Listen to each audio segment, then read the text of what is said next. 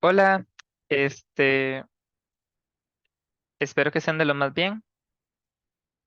Yo me llamo Edwin Santiago Leandro y estoy haciendo este video para más o menos explicar un poco la teoría del tema de dinámica lineal que se va a evaluar en las Olimpiadas Costarricenses de Física. Es un tema poco extenso, no tengan ninguna pena de regresar el video si hay algo que ocupan entender de nuevo, si lo tienen que ver varias veces, si me tienen que pausar y luego continuar más adelante, sin ninguna pena. Ahí ustedes lo ven a su ritmo. Entonces, empecemos con eso. Tal vez iniciaré diciendo lo siguiente. Este, es que me veía trabado. Tal vez iniciaré diciendo lo siguiente. ¿Qué es dinámica, verdad? Porque si ustedes están viendo este video, probablemente ya saben lo que es cinemática. Cinemática es de los temas anteriores y tiene que ver con el movimiento de los objetos. La cinemática describe cómo los objetos se mueven. Sin embargo, la dinámica intenta explicar por qué los objetos se mueven, ¿verdad? ¿Por qué los objetos se mueven? Lineal, línea recta, ¿verdad? Ahí nada del otro mundo. Entonces, eso es lo que vamos a intentar hablar. Eh, y si queremos hablar de por qué un objeto se empieza a mover, naturalmente vamos a empezar hablando de fuerza, ¿verdad? Este, la fuerza, una forma muy de ciencia en física de definir una fuerza es todo aquello que le cambia un movimiento al objeto, ¿verdad? Si un objeto está quieto y de repente se empieza a mover, es porque muy probablemente hay una fuerza que está actuando sobre ese objeto. ¿Verdad? Si se está tocando el objeto para que se mueva, si hay un contacto que es el que causa el movimiento del objeto, entonces se dice que es una fuerza de contacto. No todas las fuerzas son de contacto, hay fuerzas que actúan a distancia, ¿verdad? Esas son las fuerzas de campo, donde uno dice que probablemente hay campos gravitacionales o electrostáticos o magnéticos que están interaccionando y que de ese campo se puede producir una fuerza. Esas son las fuerzas de campo. Ahora, como un dato curioso, les cuento que en realidad todas las fuerzas del universo son de campo. Y uno diría, eso no tiene ningún sentido. Yo sé que pues, si yo estoy levantando este pilot, es porque lo estoy tocando, es una fuerza de contacto.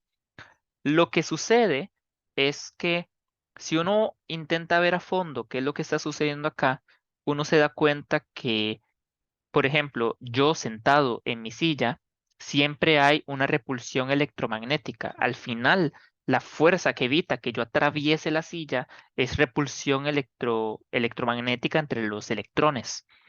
Siempre, siempre, siempre, cuando vos ves más a fondo y te acercas y ves qué está empujando a qué cosa, van a aparecer o la fuerza gravitacional o la electromagnética o las fuerzas nucleares, ya sea la fuerza nuclear débil o nuclear fuerte. A esas se le llaman las cuatro fuerzas fundamentales de la naturaleza. Muy bien, eso es nada más un concepto teórico, nada del otro mundo. Habiendo dicho eso, empecemos a hablar de leyes de Newton, ¿verdad? Voy a empezar diciendo la versión más sencilla, una que tal vez ya escucharon en el colegio, tal vez no, y luego empezar a explicar un poco más de detalle, un poco más de formalidad. La primera ley de Newton, como todo el mundo probablemente la conoce o como tal vez la escucharon en el colegio, es así. Todo objeto en reposo se mantiene en reposo y todo objeto en movimiento se mantiene en movimiento. Ahora, hay que agregar un poco de detalles a eso. En ausencia de fuerzas externas es lo primero. Y lo segundo es que no es solo que todo movimiento se mantiene en movimiento, sino que también tiene que mantener velocidad constante. Tiene que mantener si un objeto en ausencia de fuerzas tiene tantos metros entre segundo, tiene que mantener esos metros entre segundo. Y no es que puedo mantenerme a 5 metros entre segundo y estar doblando, digamos. Eso no se puede. Tiene que ir en línea recta. La idea de esta figura es que, digamos, si yo la cuerda inicialmente Perdón, sí, la cuerda inicialmente le está ejerciendo una fuerza a la pelota que le está haciendo dar vueltas. En el momento en el que se rompe la fuerza, Ahora aplica la primera ley de Newton y la pelota debería seguir en línea recta, eh, a velocidad constante, ¿verdad? Algo muy interesante de la primera ley de Newton es que termina definiendo qué es un marco inercial.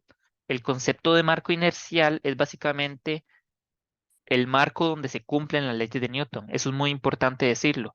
Y aquí ocupo ser más específico. No es que en otros marcos no se cumplen las leyes de Newton, es que si el marco no es inercial, aparecen fuerzas extrañas, fuerzas ficticias que hay que ver cómo explicar. Entonces, ¿qué es un marco inercial? Normalmente en la universidad se lo van a definir como un marco de referencia, piensen en un plano cartesiano, el, el marco en el cual yo estoy haciendo mis mediciones, en el cual yo estoy calculando, por ejemplo, qué tan, qué tan lejos se encuentra una persona, en qué posición se encuentra, digamos 5 metros en X y 0 en Y, eh, y a qué velocidad va. Este, ese es mi marco de referencia. Si ese marco no acelera, si ese marco está quieto o se mueve a velocidad constante, si él no acelera, concepto de aceleración del tema anterior, si su velocidad no cambia, entonces es un marco inercial. Eso es importante porque, porque es en el marco inercial en el que las leyes de Newton se van a cumplir sin necesidad de fuerzas que aparecen de la nada. Les doy un ejemplo. Eh, Ustedes cuando van en un carro, y ustedes están quietos, ustedes se quedan quietos. Si el carro va a velocidad constante y ustedes están quietos, ustedes no sienten ninguna fuerza y de repente y, y no cambia su movimiento, se quedan quietos. Un objeto en reposo se queda en reposo. Pero si el carro frena, de repente el marco de referencia está acelerando porque el carro frena. El frenado es un tipo de aceleración, por más raro que suene, ¿verdad? Porque está cambiando la velocidad. Y un objeto que originalmente estaba en reposo, de repente se hace para el frente, ¿verdad? ¿Por qué? No que un cuerpo en reposo se mantiene en reposo. Bueno, es que necesitas estar viendo un marco inercial. Por ahí va el asunto, ¿verdad? Esto es lo que se llama una fuerza ficticia, se puede explicar. Este, porque en realidad lo que está sucediendo es que más bien, vos tenías un movimiento y por primera ley de Newton te quedás en ese movimiento y te haces para el frente, pero la silla se frenó. Entonces vos sentís que te haces para el frente, cuando no es más que la primera ley de Newton en acción si se estuviera midiendo desde un marco de referencia quieto, ¿verdad? O inercial.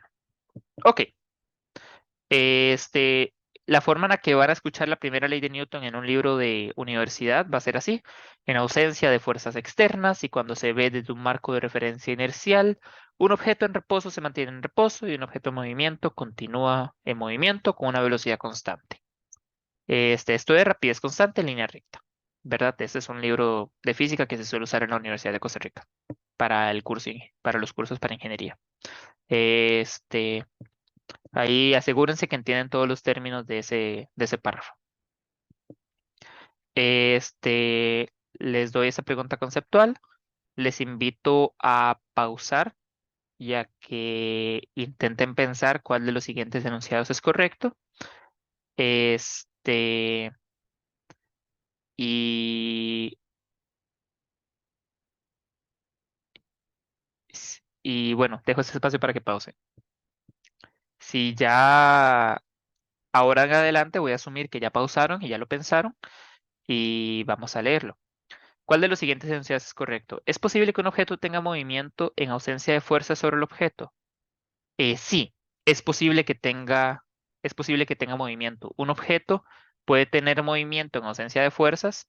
Lo que no puede es acelerar, tiene que mantener su movimiento, tiene que mantenerse en velocidad constante, ¿verdad? Vamos a ver el B. ¿Es posible tener fuerza sobre un objeto en ausencia de movimiento del objeto? Eso está interesante. Lo que está preguntando es que si es posible que un objeto sienta fuerza si no se mueva. Claro que es posible. Piensen en estas cajas. se les está haciendo dos fuerzas en direcciones opuestas que se cancelan. Entonces el objeto siente fuerzas, pero no se mueve. Entonces tanto la A como la B son correctas. Muy bien, continuemos. Para hablar de las siguientes leyes, tenemos que hablar de masa, ¿verdad? La masa es un concepto que muchos de ustedes estoy seguro que conocen. Es algo que en el Sistema Internacional de Unidades se mide en kilogramos. Lo que debo decir es que se suele confundir mucho con peso, ¿verdad? La masa tiene que ver con la cantidad de materia que tiene un objeto. La cantidad de materia que tiene un objeto no tiene nada que ver con la fuerza gravitacional de la Tierra, que ese es el peso en la Tierra, ¿verdad? Si yo tengo, digamos que 70 kilos de masa, tengo esa cantidad de kilos en la Tierra, en la Luna, en Júpiter, en el espacio vacío, donde sea, tengo esa masa, ¿verdad? En cambio, si hablamos del peso como lo que se mide con una balanza, una balanza también puede medir masa, siempre que sepas la relación masa-peso, ¿verdad? Pero si vos mandas una balanza a la luna, te va a dar diferente el peso de una manzana de lo que te va a dar en la Tierra. Por eso hay que tener cuidado con eso. La masa es algo que se queda igual sin importar el lugar y se mide en kilogramos en el sistema internacional. Muy bien. Habiendo dicho eso, la segunda ley de Newton, como ustedes de seguro lo habrán escuchado, es que la fuerza total que experimenta un objeto es masa por aceleración. Para ser más exacto, la fuerza total se refiere a la suma de todas las fuerzas. Si yo tengo un objeto y estoy jalando para allá con 80 newtons y estoy jalando para allá con 70 newtons, ¿verdad? Newton es la unidad del SI, Sistema Internacional de Unidades de la Fuerza. Entonces, la suma de estas dos fuerzas va a ser 10 newtons para allá, ¿verdad? El 80 y el 70 van en direcciones contrarias, entonces se restan. Ok, entonces, ¿qué es lo que quiere decir la segunda ley de Newton? Que la fuerza que yo le ejerzo a un objeto va a causarle una aceleración, pero eso va a depender de qué tan masivo es el objeto. Si yo agarro un palo de golf y con todas mis fuerzas le doy una pelota de golf, dada la poca masa, esa pelota de golf va a acelerar un montón, ¿verdad?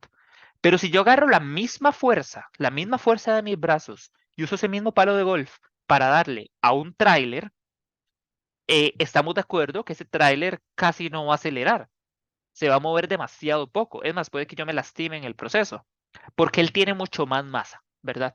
Ese es el toque. Eso es lo que me quiere decir la segunda ley de Newton. Ahora sí, vayamos a algo más específico, algo un poco más formal. Y a lo que tengo que llegar acá es que la segunda ley de Newton es una igualdad de vectores. La suma del vector fuerza es igual a masa por el vector aceleración. Yo estoy asumiendo que ustedes ya manejan el tema de vectores, si no les invito a ver el material respecto a eso. Entonces, para que se cumpla esta igualdad, tiene que cumplirse en el componente X, tiene que cumplirse en el componente Y, y si hubiera un componente Z, se comporta en el componente Z también, ¿verdad? En todos los componentes tiene que cumplirse la igualdad. Solo si se cumplen, sí y solo si se cumplen estas tres igualdades, es que se cumple la igualdad vectorial. Entonces, lo que pasa en la vida real es que yo defino mi marco de referencia, ¿verdad? Los conceptos X y Y no existen en la naturaleza. Yo tengo que definirlos, yo tengo que poner mi marco de referencia y definir para dónde va X y para dónde va Y.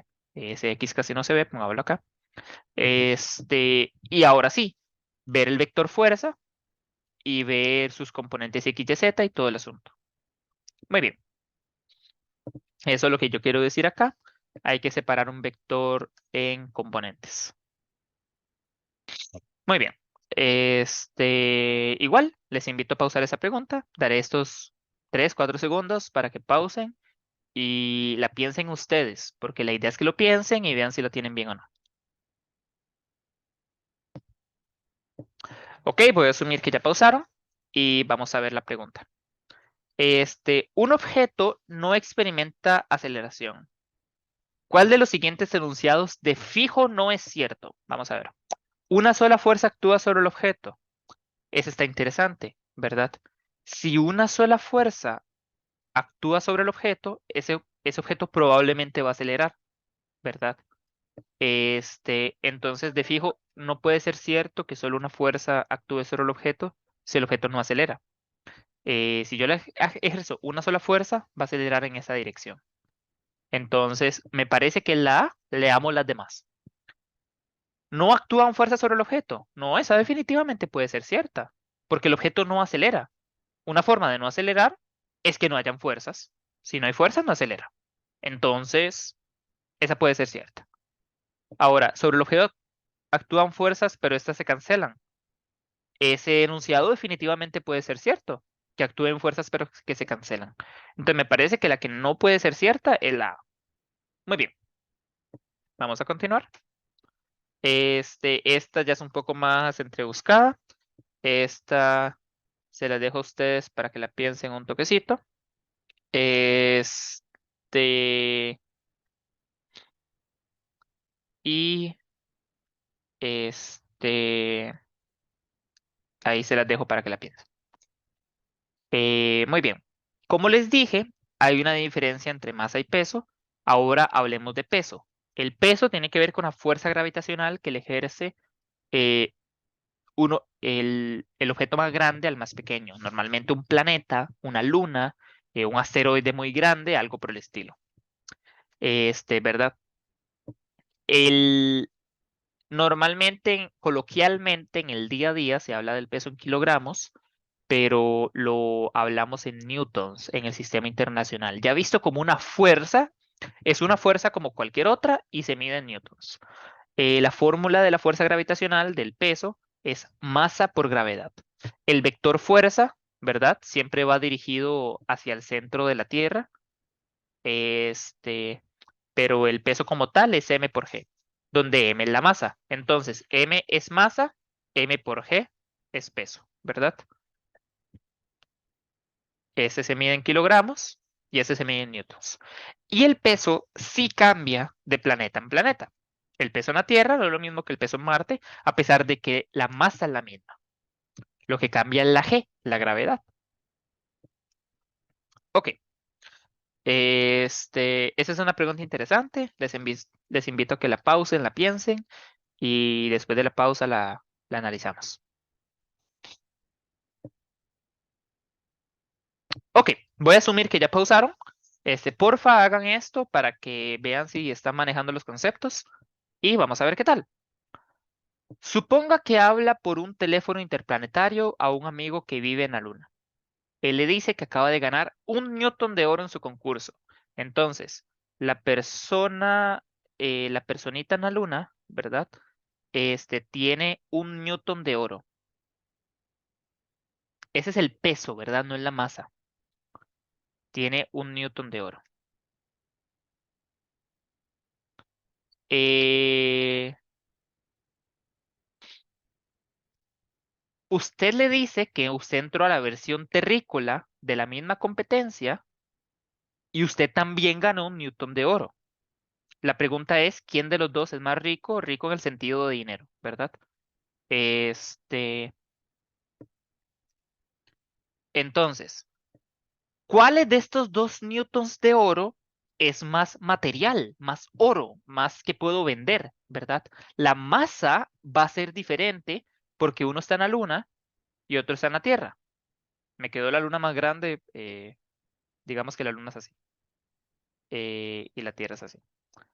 Eh, entonces, estos bloques de oro no tienen la misma cantidad de oro, no tienen la misma cantidad de kilogramos.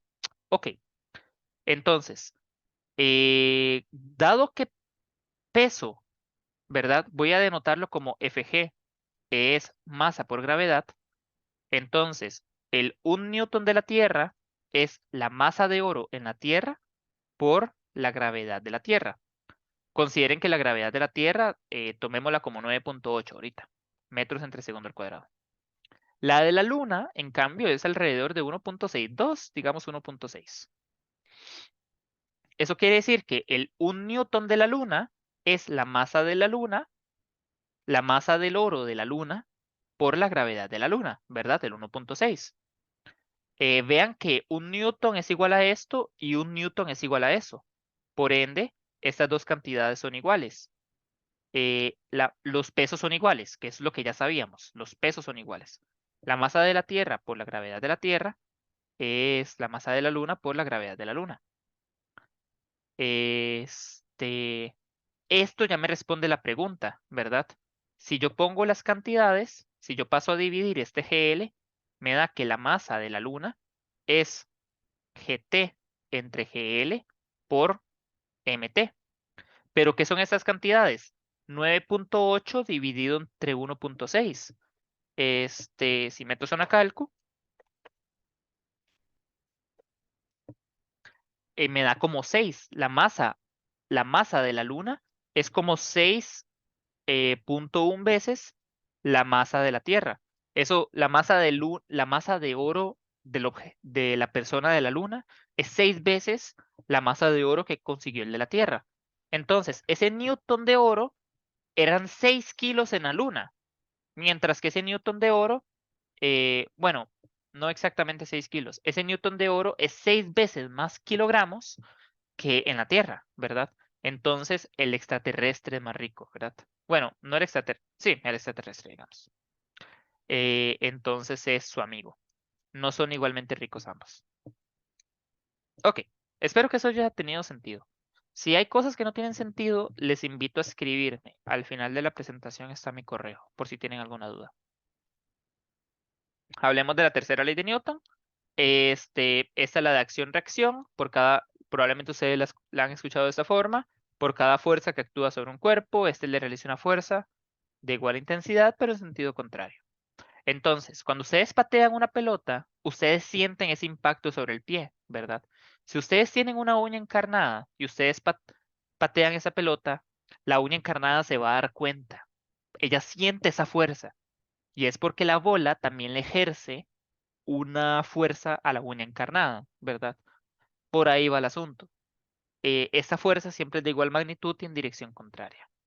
Misma razón por la cual si ustedes le pegaran un puñetazo a la pared en en un golpe, no sé, en un golpe de ira, en un golpe de masculinidad, digamos, el puño va a sentir eso, porque la fuerza que ustedes están ejerciendo es la que les ejerce la pared a ustedes. Esto, de forma formal, se escribe así. La fuerza que uno le ejerce a 2 es el negativo de la que 2 le ejerce a uno en vectores, porque recuerden que en vectores poner un signo es tener la misma magnitud pero en dirección contraria. Eso es lo que hace, lo que logra que exista la fuerza normal. La fuerza normal este, es aquella que se opone al peso cuando ustedes se encuentran sobre una superficie. Si yo estoy sobre el piso y yo siento un peso hacia abajo, ¿verdad? Obviamente tiene que haber una fuerza que cancele esto, porque de lo contrario yo atravesaría el piso. Y es la fuerza que el piso me ejerce a mí, ¿verdad? Pero hay que tener cuidado con estas igualdades, porque uno a veces piensa que la normal siempre es igual al peso y no siempre son iguales. No siempre son iguales, ¿verdad? Ahorita vemos un ejemplo. Este, Aquí pauso esta pregunta para que la piensen. Este, eh, y voy a dar 2, 3 segundos. Y si ya pausaron, para que el video no sea demasiado largo, voy a decirles que esta es la C y esta es la A. Y si tienen duda de si esas, porque esas son las respuestas correctas, igual lo pueden escribirme. Aquí hay un resumen de la ley de Newton. Tal vez es algo que ustedes ya manejaban. Este, y todo bien. Hablemos de un par de fuerzas con las que van a estar lidiando. Una de ellas es la fuerza de un resorte. Esa se llama la ley de Hooke. La ley de Hooke a mí me dice que la fuerza que ejerce un resorte es igual a qué tanto estiro o comprimo el resorte multiplicado por una constante K. Y esa constante K es la constante del resorte. Eh, Recuerden que que la distancia se encuentra en metros y la fuerza es newton. Entonces, la única forma de que eso tenga sentido dimensional, eso quiere decir que las unidades calcen, es que la constante tenga unidades de newton sobre metro, para que al multiplicarle esta cantidad, la x, todo quede en newtons. Este, entonces, ¿cómo es el asunto? Si el resorte no está estirado, él no ejerce ninguna fuerza. Si lo estiro, empieza a hacerme una fuerza. Y entre más lo estiro, más fuerza me ejerce el resorte. Eso es lo que quiere decir la ley de Hooke. ¿Por qué el menos? El menos viene porque él es contrario a cómo yo desplazo el resorte. Si yo lo desplazo para allá, la fuerza del resorte va a ser para el otro lado, ¿verdad? Si para allá va el desplazamiento, para allá va la fuerza del resorte. Y al revés, si yo más bien comprimo el resorte me va a responder dándome una fuerza para el otro lado. Por eso es el menos en la fórmula de la ley de Hooke.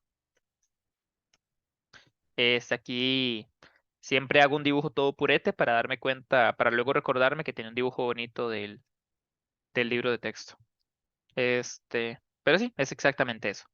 Si lo estiro para un lado, la fuerza va para el otro. Si lo comprimo para el otro, va para el lado anterior. El otro tipo de fuerza que ocupamos hablar es la de fricción, ¿verdad? La fuerza de fricción es la que ocurre en la vida real cuando dos superficies interactúan o cuando un objeto se desplaza por un medio. Ese normalmente se llama resistencia del aire o resistencia del medio, pero tiene un comportamiento parecido, ¿verdad? Bueno, no es parecido, pero es un comportamiento por vos estar interaccionando con las partículas del medio. Entonces, este, hay dos tipos de fricción, la estática y la cinética. Si este basurero pesa 1 tonelada, por decir una tontera, no, digamos que pesa 100 kilos, y ustedes nada más se recuestan sobre el basurero, si solo se recuestan, el basurero no se va a mover. ¿Por qué? Si yo le ejerzo una fuerza para allá al recostarme, de hay fuerzas igual a masa por aceleración. ¿Por qué no se mueve el basurero? La respuesta es porque hay fricción con el piso. En este caso, la fricción iría para el otro lado y se opone a la cantidad de fuerza que yo le hago. Si yo le hago 1 newton, él me devuelve 1 newton. Si le hago 2, me devuelve 2. Ah, entonces, pero entonces si le doy 1 millón de newtons al basurero, igual no se mueve. No, hay un límite. Hay un límite de qué tanto puedo aumentar la fuerza de fricción estática. Yo, eh, y para eso me gusta poner un ejemplo. Pongamos el piso. Y aquí hay un marcador. Tal vez un celular que ejerce más fricción. Entonces, si yo le doy un poquito de fuerza, él me va a devolver la misma fuerza para que se cancele. Y si le sigo aumentando la fuerza, que le estoy aumentando la fuerza muy ligeramente, él me devuelve para el otro lado la misma cantidad de fuerza. Pero eventualmente va a haber un límite que supera y se empieza a mover. Hay un límite, hay un máximo de fuerza de fricción, que más de eso no va a lograr y el objeto se empieza a mover. Y cuando el objeto se empieza a mover, la fricción que empieza a actuar es la cinética. Voy a volver a compartir pantalla. Ya una vez que está en movimiento, es la fricción cinética la que está actuando. Entonces, esta inecuación, esta desigualdad, lo que me quiere decir es que la fuerza de fricción estática siempre va a ser menor o igual a este valor. Este es el valor máximo que puedo obtener. Más de este valor no me va a lograr hacer la fricción estática. Que es la fuerza normal que ya definimos anteriormente, por un coeficiente de fricción estática, mu. Este no tiene unidades, ¿verdad?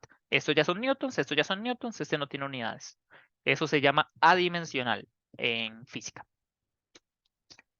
En cambio, si el objeto se está moviendo, el objeto siempre me ejerce la misma fuerza en oposición, que es la normal por un coeficiente de fricción cinética. En ese sentido, uno puede decir que la fricción estática es un poco más compleja. Si yo le doy 1 newton, él me devuelve 1 newton. Si le doy 2, él me devuelve 2, hasta un máximo que es mu por la normal. Y después de eso, ahora se empieza a mover y ahora es mu cinética por la normal. Eso en una gráfica se ve así. Le doy... Sé que me estoy repitiendo, pero es para que el punto quede muy claro. 1 newton me devuelve 1 newton, 2 newtons me devuelve 2 newtons. Si le ejerzo mu por la normal, mu estática por la normal, me va a devolver esa fricción máxima. Pero si le ejerzo más fricción, ahora me empieza a ejercer otro valor. Y ese otro valor es la fricción cinética, la que se opone al movimiento. Muy bien. Este, pauso 3, 4 segundos para que piensen esta pregunta conceptual. Ok. Usted presiona con su mano su libro de física contra una pared vertical. ¿Cuál es la dirección de la fuerza de fricción que ejerce la pared sobre el libro? ¿Verdad? Esa pregunta es interesante y viene al punto de que la normal no siempre es el peso y la fricción no siempre es con el piso, puede ser con la pared. Entonces, voy a hacer una versión más bidimensional de este diagrama.